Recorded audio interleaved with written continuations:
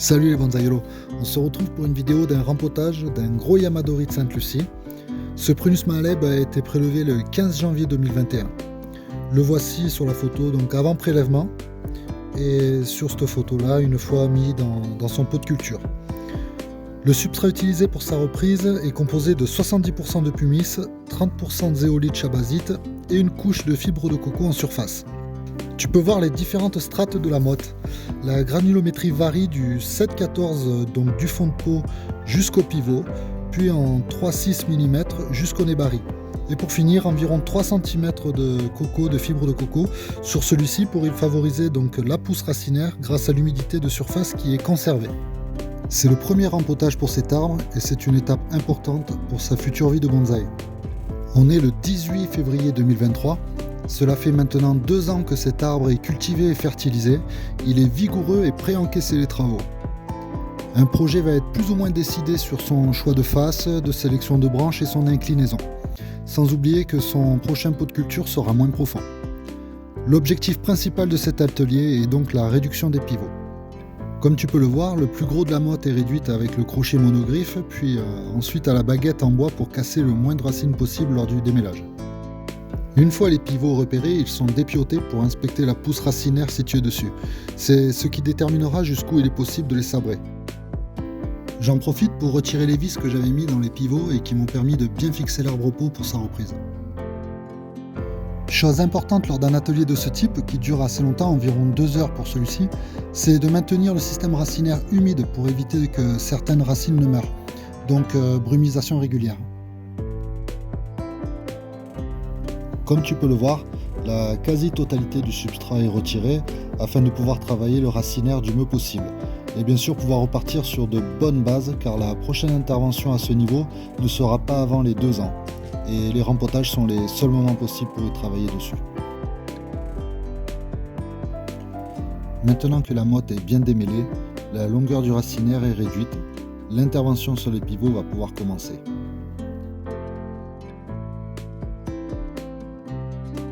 Tu peux voir l'importance d'avoir bien retiré le substrat car les départs des racines sur les pivots sont bien visibles. Ça permet de prendre les bonnes décisions sur l'intervention, de fixer les limites afin de mettre le moins possible l'arbre en difficulté ensuite lors de son redémarrage au printemps.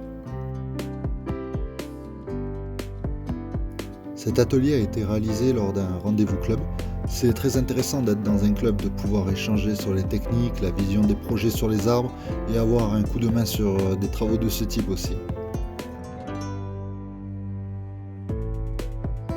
Une chose à retenir pour pouvoir effectuer une telle intervention sur un arbre comme celui-ci, c'est de faire monter l'arbre en vigueur. Tout particulièrement sur un arbre avec autant de bois mort naturel, il faut impérativement conforter les veines vivantes, les faire gonfler et ça passe inévitablement par une bonne culture et une bonne fertilisation. Le premier travail des pivots étant fait, l'arbre est présenté dans son futur pot de culture. Il est calé pour jouer sur les angles et des parties sont cachées pour mieux visualiser le projet. Les échanges sur la vision du devenir et de la construction de l'arbre y vont bon train avec Christophe, qui est notre président du club et que je remercie au passage. Des premières décisions sont prises sur des choses évidentes comme ce bois mort qui, sur les feuillus ou du moins sur ce projet, ne sera jamais aussi haut, ainsi que la partie de droite de l'arbre qui sera construite plus basse sur la partie avec de l'ancienne écorce. Le projet étant de relever encore plus le tronc principal du fond, il reste encore un pivot à inspecter et traiter si possible. On en profite également pour réhumidifier le racinaire. L'idéal pour l'implantation de l'arbre serait de sabrer le pivot à cet endroit, mais comme il n'y a pas de pousse racinaire en amont de celle présente, le pivot est raccourci juste avant celle-ci. L'arbre peut déjà être relevé, au prochain rempotage il le sera encore une fois. Il est temps de faire la mise en pot. C'est un mi-capot, il fait 60 cm par 45 cm, ce qui te donne une échelle plus précise de la base de l'arbre.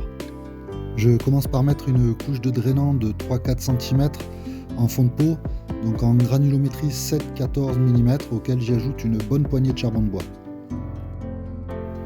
L'arbre est représenté dans son pot. Avec son inclinaison prévue, une dernière mise au point d'un pivot est nécessaire.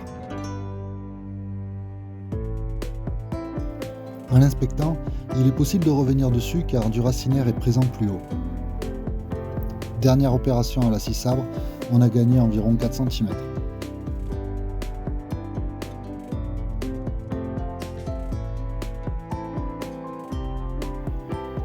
Cette fois-ci, l'arbre peut être positionné comme prévu pour cette étape de son projet. J'attache maintenant l'arbre au pot. C'est une chose importante à faire afin d'éviter que les nouvelles radicelles qui vont pousser lors de son redémarrage de printemps, ces radicelles ne cassent pas lors d'épisodes venteux ou lors de manipulation de l'arbre.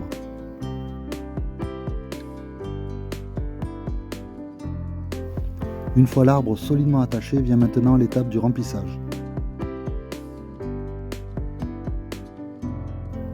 Comme substrat, j'utilise 70% de pumice et 30% de zéolite chabazite en granulométrie 3-6 mm.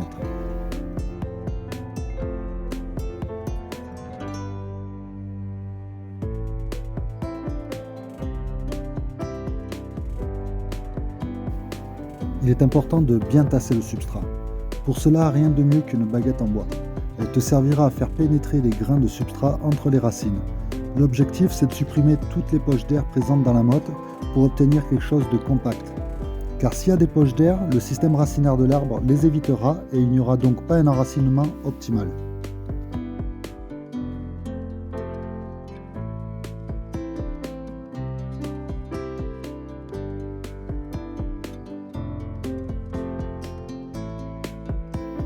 La mise en pot finie, on échange un peu sur le projet avant de passer à la taille de structure. Sur la partie du tronc principal, cette grosse coupe sera travaillée cet hiver. Tu peux voir le charri naturel qui rejoint le bois mort de la base. Mais avant ça, au mois de juin, la découpe d'écorce de cette partie sera faite. L'objectif sera de donner du mouvement à la veine qui ira de la base de la branche du haut, qui sera la continuité de la ligne de tronc jusqu'à la branche du bas et rejoindre la lèvre de la veine.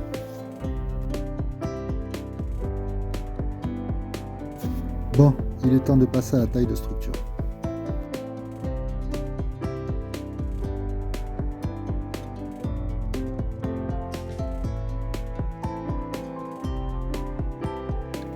Et merci à Alain qui me propose de faire un apport de lutite dans mon substrat.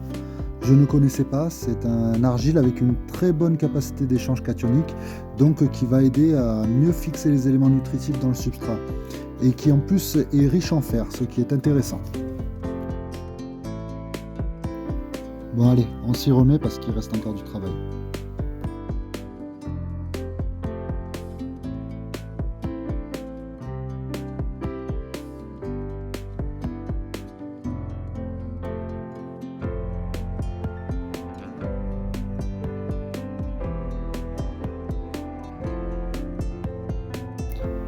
Petit point d'explication et de partage sur le projet et sa construction. Sur ce côté droit, tu peux comprendre que ce sera une des branches de tête qui prendra le relais de cette ligne de tronc. Il y aura également un travail sur l'écorce au mois de juin pour délimiter la veine, et cet hiver, la grosse partie de bois en tête sera travaillée en bois mort. Christophe montre bien le triangle imaginaire dans lequel l'arbre sera construit. On aura comme 3 arbres n'en formant qu'un. Un petit point sur la taille de structure. Ce qui indique où l'on peut couper, ce sont les bourgeons et le sens que l'on souhaite donner à la branche lors de la prochaine pousse. Je vous invite à regarder la vidéo sur la taille de structure en lien à la fin de la vidéo.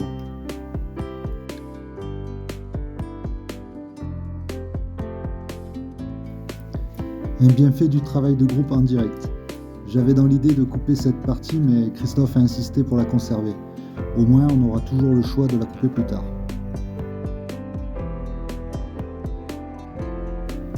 L'atelier sur cet arbre est terminé. Je vais passer à l'arrosage ensuite, tu connais maintenant. On arrose jusqu'à ce que l'eau coule clair sous le pot. Le voici à sa place dans le jardin. Il a eu une couche de fibres de coco depuis pour maintenir la surface du substrat humide et ainsi favoriser la création de racinaires de surface. Tu peux voir le système d'arrosage en place et dès que les bourgeons s'ouvriront d'ici environ 15 jours, il aura le droit à ses chaussettes d'engrais organiques. J'espère que cette vidéo t'a plu. N'hésite pas à mettre un commentaire si tu as des questions ou autres. Et je te dis à bientôt sur la chaîne pour une prochaine vidéo. Allez, ciao ciao!